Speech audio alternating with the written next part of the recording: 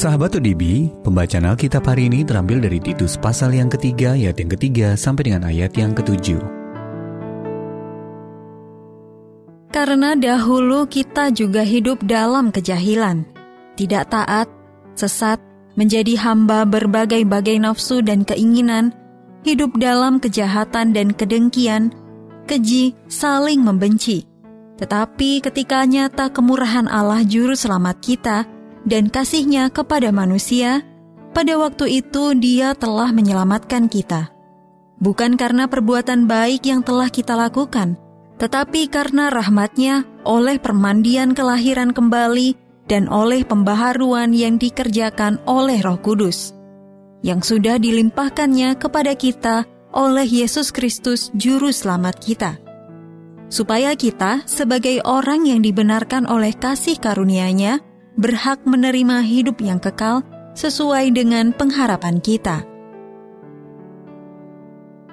Ayat mas renungan hari ini terambil dari 1 Korintus pasal yang ke-6 ayat yang ke-11. Kamu telah memberi dirimu disucikan. Kamu telah dikuduskan. Kamu telah dibenarkan dalam nama Tuhan Yesus Kristus.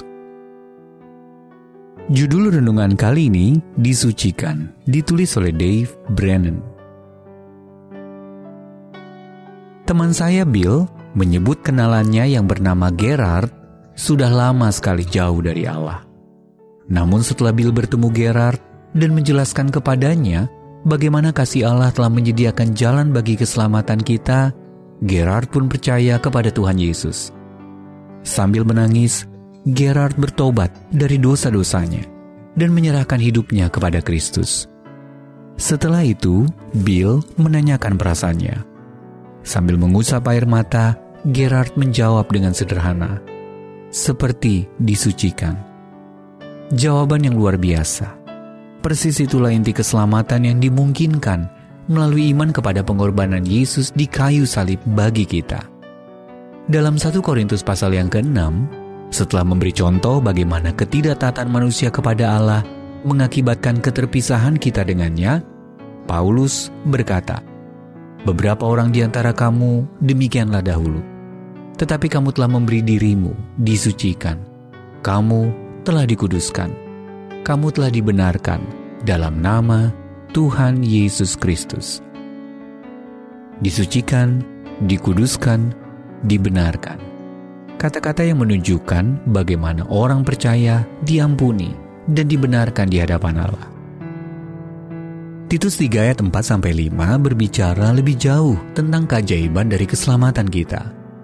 Allah, Juru Selamat kita, telah menyelamatkan kita, bukan karena perbuatan baik yang telah kita lakukan, tetapi karena rahmat-Nya, oleh permandian kelahiran kembali.